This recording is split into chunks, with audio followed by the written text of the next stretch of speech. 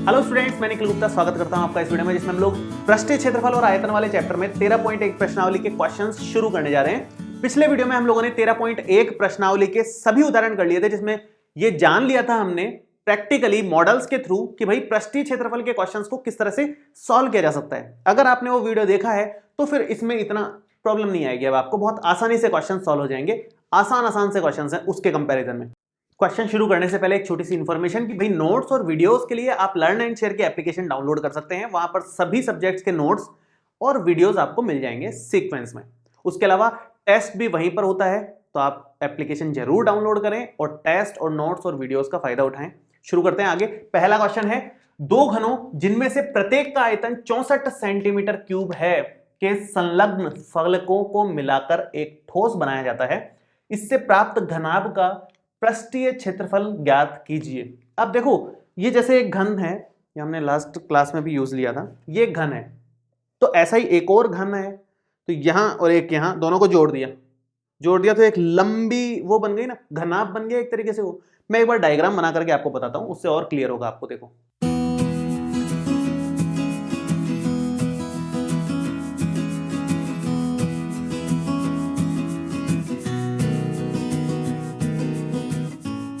ये मैंने दो घनों को जोड़ करके इस तरह से चिपका दिया है। चिपकाने से क्या होगा, लंबाई तो अब नई वाली ये मानी जाएगी, ये बीच वाली तो आप हटा ही दो। अब चिपकाने से क्या हो गया कि बीच की तो बाउंड्री खत्म हो गई एक तरीके से। ये हटा दूं, अगर मैं ये हटा रहा हूं, जैसे मान लो ये मैंने बाउंड्री हटाई दी एकदम, ठीक है। तो अब एक तरीके से ये पूरा बन गया। तो मैं पूरा ही हटा देता हूं, एक बार ऐसा करता हूं इसको, तो आपको और क्लियर हो जाएगा। ये दो घनों को जोड़ दिया तो आपको दिख रहा है साफ साफ कि इस बार तो घनाभ बन गया ये अब, क्योंकि इसमें लंबाई अलग हो गई। चौड़ाई और ऊंचाई तो वही रहेगी सेम जो पहले थी, केवल लंबाई में फर्क पड़ गया। ये लंबाई डबल हो गई, चौड़ाई और ऊंचाई उतनी ही है अभी भी।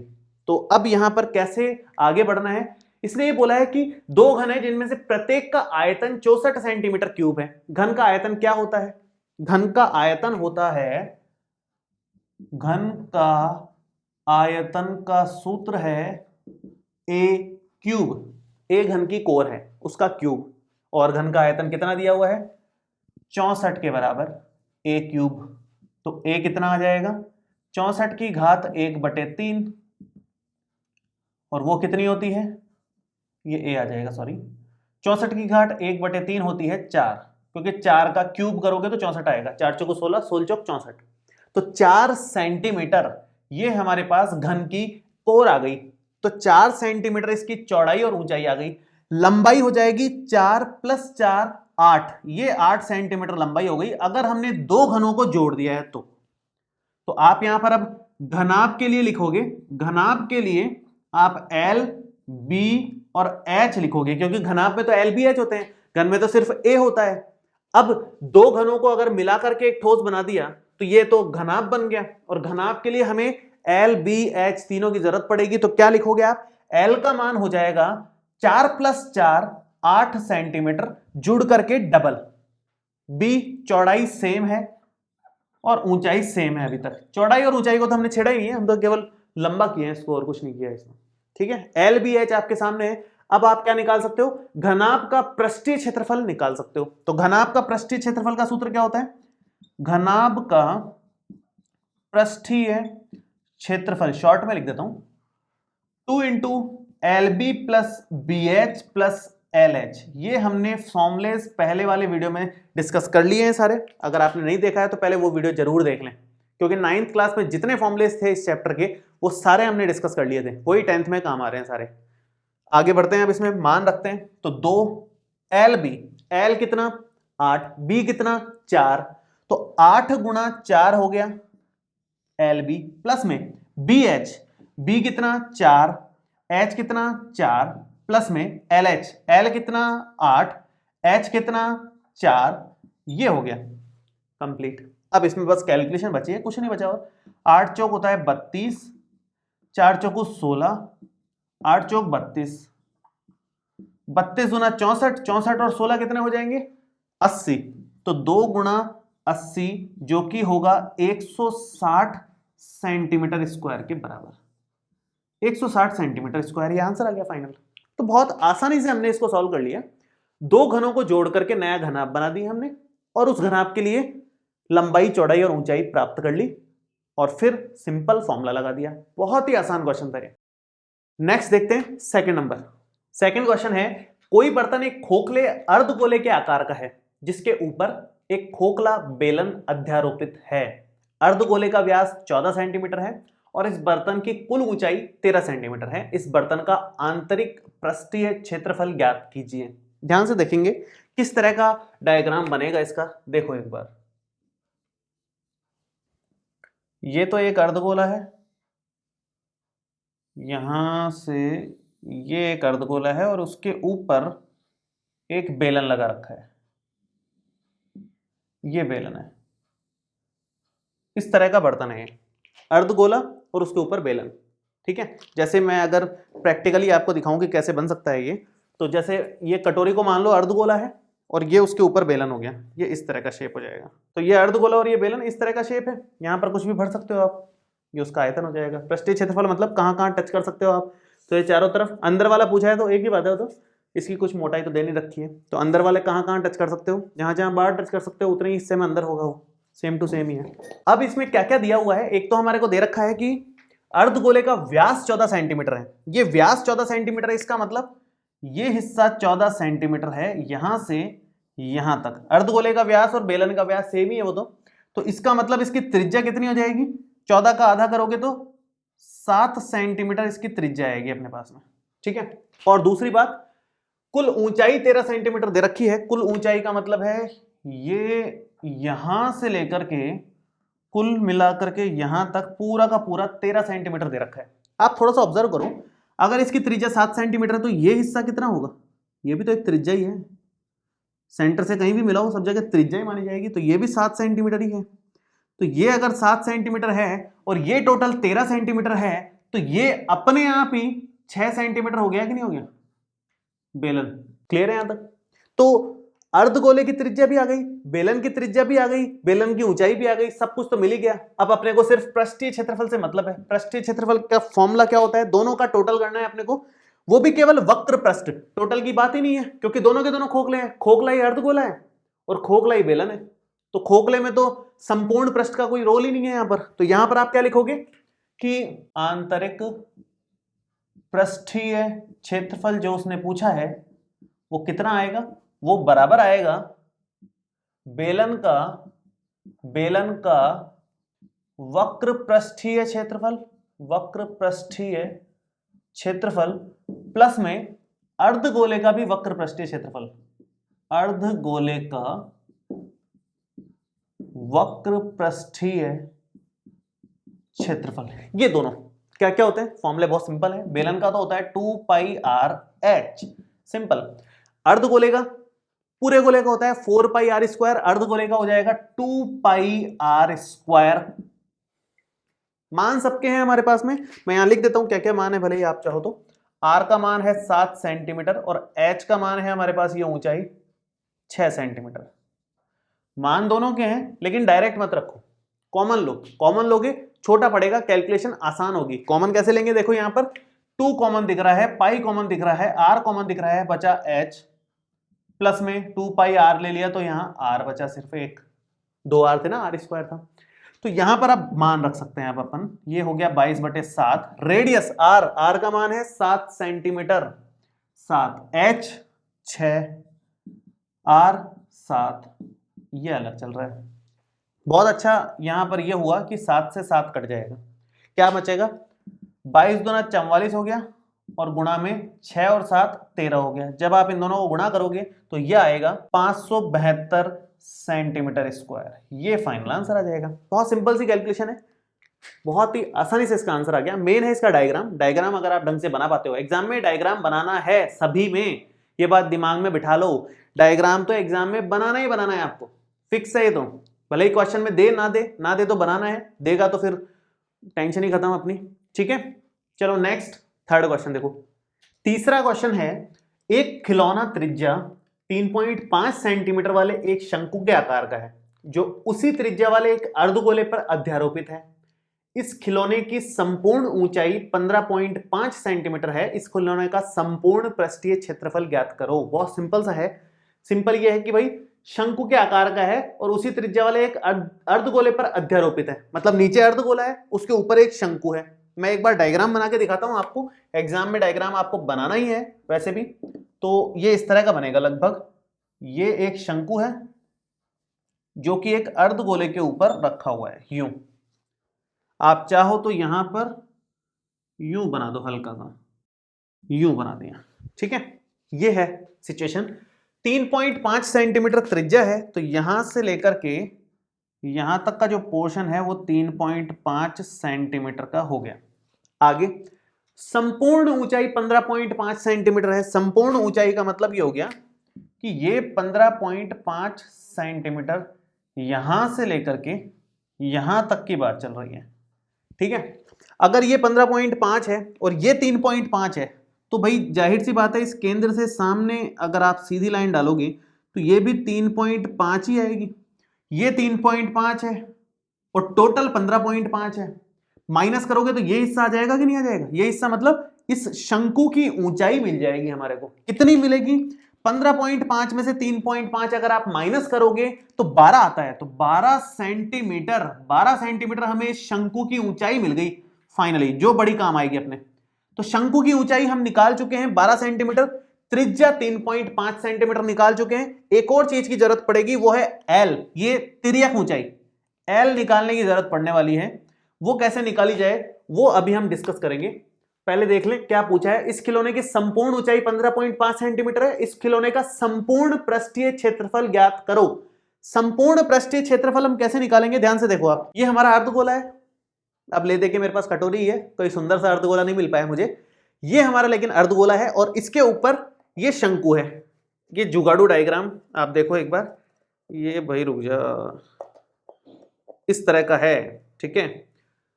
अब यहां पर संपूर्ण पृष्ठीय क्षेत्रफल निकालने की बात करें तो संपूर्ण पृष्ठीय क्षेत्रफल में केवल इसका वक्र पृष्ठ काउंट होगा और केवल अर्धगोले का वक्र पृष्ठ काउंट होगा। किसी का भी इंडिविजुअल संपूर्ण पृष्ठ काउंट नहीं हो रहा। भाई इसका संपूर्ण पृष्ठ तब काउंट होता है जब नीचे भी कुछ ना कुछ हम काउंट कर रहे होते हैं। नीचे तो ढक गया इसके साथ में, दोनों का ही बेस ढक गया एक दूसरे के साथ में, तो वो तो काउंट होगा ही नहीं। केवल इसका वक्र पृष्ठ और इसका वक्र पृष्ठ पूरी आकृति का संपूर्ण पृष्ठ माना जाएगा। तो यहां पर आप क्या लिखोगे, मैं लिखता हूं एक बार देखो ध्यान से। यहां पर आप लिखोगे कि संपूर्ण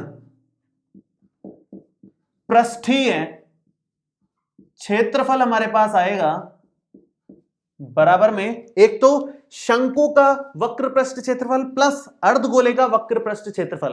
तो शंकु का वक्र पृष्ठीय क्षेत्रफल प्लस अर्धगोले का वक्र पृष्ठीय क्षेत्रफल,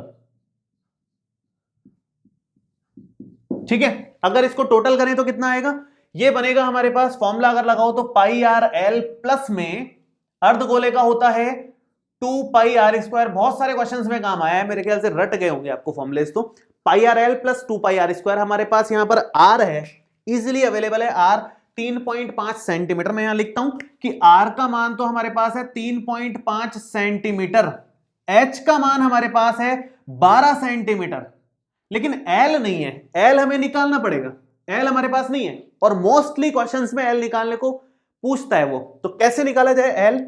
एल निकालने के लिए आपको तरीका बता रखा है कि R square plus H square बराबर होता है एल स्क्वायर के। इस सूत्र से हम हमेशा एल निकाल सकते हैं। तो आर स्क्वायर का मतलब 3.5 का स्क्वायर और एच स्क्वायर का मतलब हो जाएगा 12 का स्क्वायर। ये बराबर होगा किसके? एल स्क्वायर के। ये एग्जाम में लिखना है, ये रफ का काम नहीं है, ये फेयर में लिखना है, या पहले से ही करके रखो, उसके बाद यहां से शुरू करो क्वेश्चन को, ठीक है। तो अगर इसको 3.5 का स्क्वायर आप खोलते हो तो कितना बनेगा? ये बनेगा 12.25 और 12 का स्क्वायर 144 होता है, बराबर में एल स्क्वायर चल रहा है। और ये अगर आप टोटल करते हैं तो 144 और 12 हो जाएगा 156.26 बराबर में एल स्क्वायर।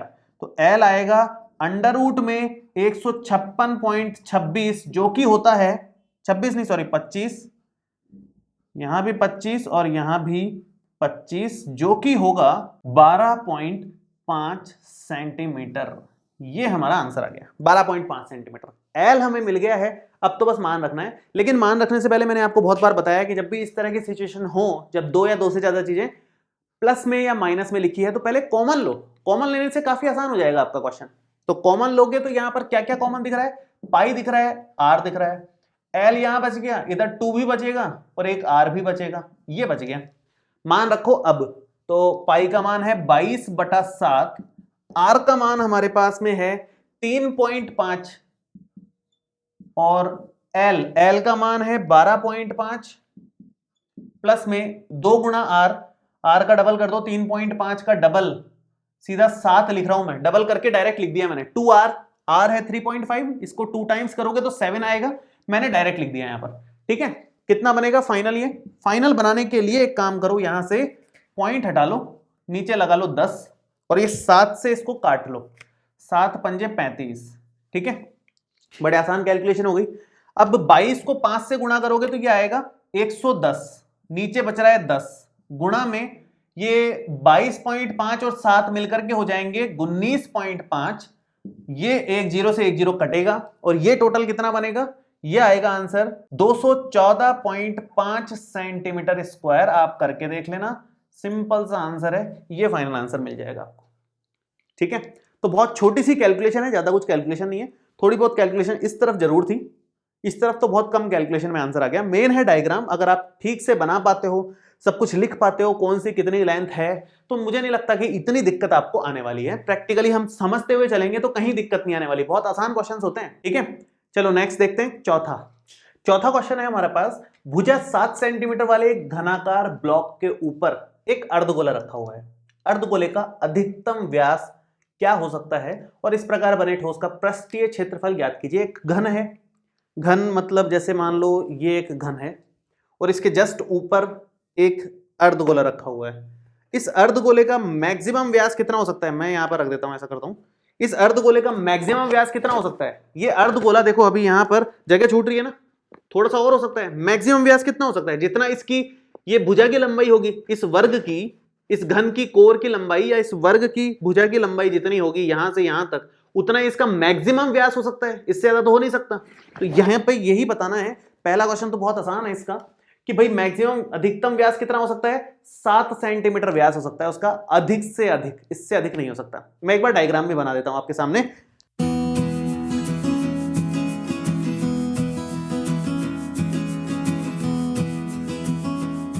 ये इस तरह का डायग्राम बनेगा। अब भुजा 7 सेंटीमीटर है तो मैक्सिमम से मैक्सिमम ये 7 सेंटीमीटर हो सकती है और इसका अगर त्रिज्या निकालना चाहें, व्यास एक तरीके से क्या हो जाएगा? व्यास हो जाएगा 7 सेंटीमीटर, तो त्रिज्या निकालना चाहें तो 7/2 सेंटीमीटर लिख लो, इसको कैलकुलेशन में आसान रहेगी।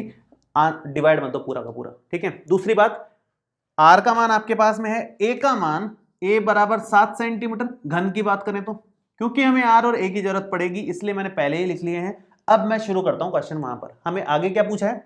पहली बात तो अर्धगोले का अधिकतम व्यास कितना हो सकता है, मैं ये पहले लिख देता हूं क्योंकि लिखना चाहिए, क्वेश्चन पूछा है तो। अर्धगोले का अधिकतम व्यास होगा 7 सेंटीमीटर, ये इतना। अब आगे अगर बात करें पृष्ठीय क्षेत्रफल कितना आएगा, तो पृष्ठीय क्षेत्रफल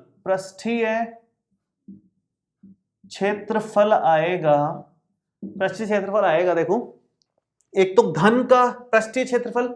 अब ये बड़ा इंटरेस्टिंग क्वेश्चन हो गया, थोड़ा ध्यान देना पड़ेगा इसमें आपको। कैसे? इस तरह का क्वेश्चन हमने किया है, एक उदाहरण के माध्यम से किया है। क्या था कि भाई ये घन है, उसके ऊपर ये अर्धगोला रखा हुआ है, पृष्ठीय क्षेत्रफल निकालना था। कल अपन ने, मतलब लास्ट क्लास में अपन ने ये किया था।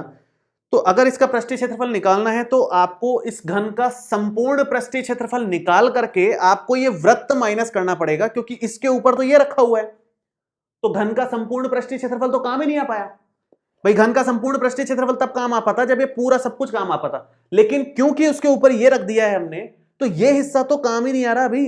ये हिस्सा तो कैंसिल ही हो गया, क्रॉस लग गया इस पे। तो ये हिस्सा हटाना पड़ेगा अपने को संपूर्ण पृष्ठीय क्षेत्रफल में से, और फिर उसकी जगह क्या जोड़ना पड़ेगा? उसकी जगह ये अर्धगोले का वक्र पृष्ठ जोड़ना पड़ेगा, तब जाकर के इस आकृति का संपूर्ण पृष्ठ आपको मिल पाएगा। ये सिचुएशन है। तो यहां पर क्या लिखेंगे हम लोग लिखेंगे कि पृष्ठीय क्षेत्रफल आएगा, नीचे लिख देता हूं, ऐसा करता हूं, जगह कम पड़ेगी उधर। पृष्ठीय क्षेत्रफल बराबर घन का संपूर्ण पृष्ठीय क्षेत्रफल, संपूर्ण पृष्ठीय क्षेत्रफल माइनस में वृत्त का क्षेत्रफल, वृत्त का क्षेत्रफल। कल सेम टू सेम किया था, कल मतलब लास्ट क्लास में उदाहरण में एकदम सेम क्वेश्चन था, और प्लस में ये अर्धगोले, ये अर्धगोले का वक्र पृष्ठीय क्षेत्रफल, अर्धगोले का वक्र पृष्ठीय क्षेत्रफल। तो ये मान के चलो लगभग सभी क्वेश्चंस में काम आ रहा है।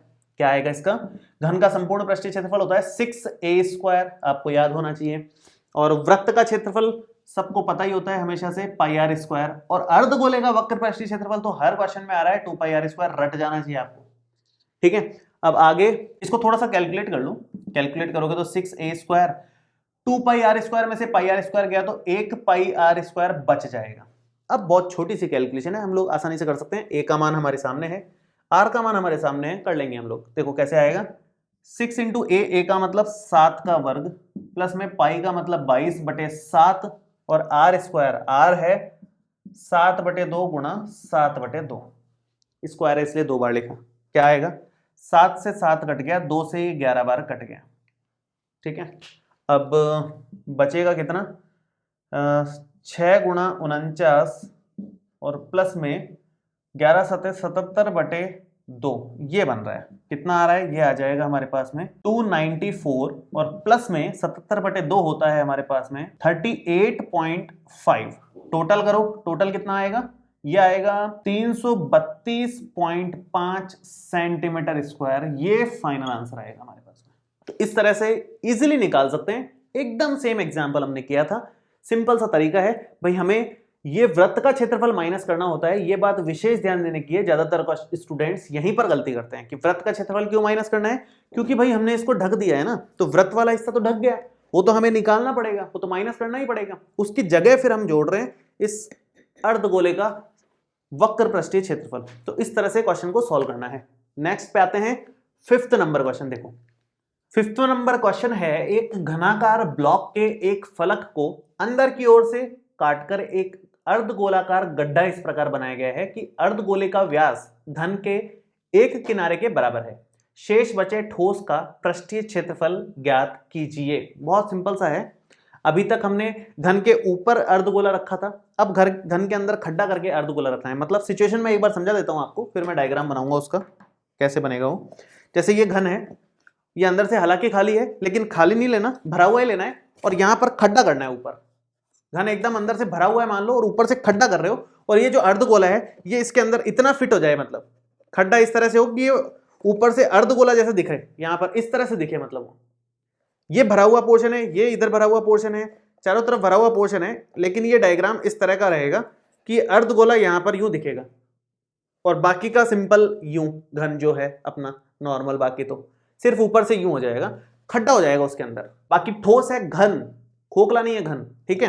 तो यहां पर हम डायग्राम अगर बनाना चाहें तो डायग्राम इतना अच्छा नहीं बनेगा उसका, मैं बना देता हूं फिर भी एक बार।